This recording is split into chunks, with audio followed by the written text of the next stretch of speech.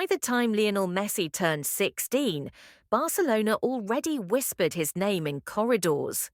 Coaches at La Masia were cautious with their praise, but privately they knew this boy was different. He was shorter than most, shy, and rarely spoke above a whisper. But the moment the ball touched his feet, everything changed. His dribbling was hypnotic, his speed unmatched, his balance uncanny. Even seasoned trainers admitted they had never seen anything quite like him. For Messi, the early years at La Masia had been a struggle. The loneliness of leaving Rosario weighed heavily on him. He missed his mother, his brothers, the familiar streets of his childhood. Nights were often spent in tears, yet every morning he woke up determined. Football was not just an escape, it was his lifeline. With the ball, he belonged. Without it, he was just another homesick teenager. By 2003, his reputation reached the first-team staff. Frank Rijkaard, Barcelona's coach, had heard stories about a boy who seemed to glide past defenders as if skating on air. When Messi was invited to train with the senior squad, his life changed forever. The legends of the club watched curiously as the tiny Argentine stepped onto the pitch. Ronaldinho, already a global superstar, smiled as he saw Messi's first touches. Within minutes, the curiosity turned to admiration. Messi, barely old enough to drive, weaved through world-class defenders as if they were traffic cones. Ronaldinho told coaches, "This kid will be better than me." The words, coming from one of the greatest players alive, sent a shockwave through the club. Messi's first unofficial debut came in November 2003 in a friendly match against Porto. He wore the number 14 shirt, too large for his small frame, and when he entered, the crowd barely noticed. But soon gasps filled the stadium.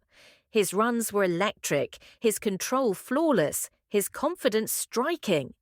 He didn't score, but something was clear. This was no ordinary prospect.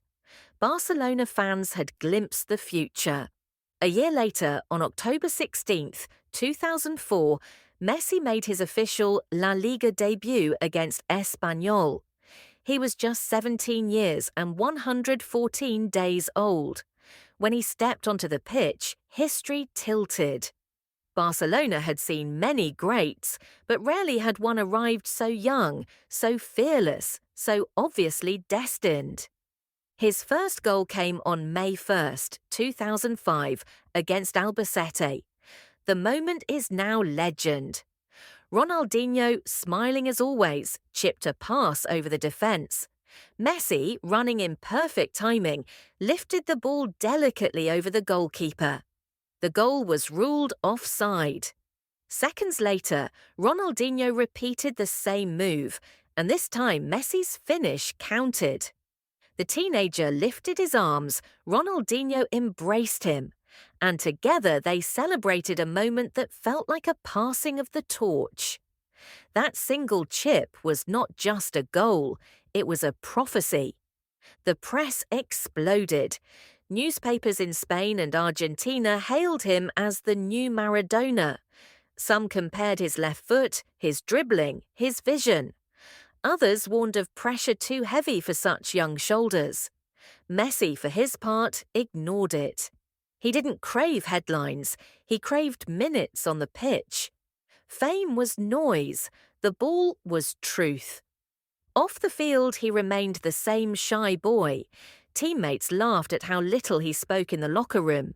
Some thought he was arrogant, but those who knew him understood he was simply reserved. He preferred to let his football speak. Ronaldinho took him under his wing, inviting him to dinners, protecting him from the media, telling him to enjoy the game. The Brazilian star's kindness gave Messi the confidence to grow. Training sessions became spectacles. Senior players admitted they sometimes stopped to watch Messi dribble. Defenders struggled to dispossess him without fouling. Goalkeepers cursed his accuracy. Coaches redesigned drills to challenge him, but nothing slowed his progress. His low centre of gravity, combined with explosive acceleration, made him impossible to predict. Still, challenges remained. His body was fragile, prone to muscle strains. Nutritionists adjusted his diet, trainers built programs to strengthen his legs. Every setback tested him, but every return showed his resilience. He refused to be broken. By the end of his teenage years, Messi was more than a prospect. He was a phenomenon. Crowds came not just to see Barcelona, but to see Messi. At Camp Nou, fans leaned forward whenever he touched the ball, expecting magic. More often than not, he delivered.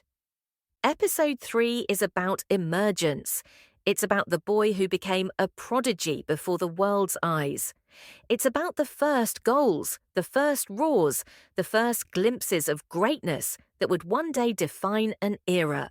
The prodigy had arrived, and he was only getting started.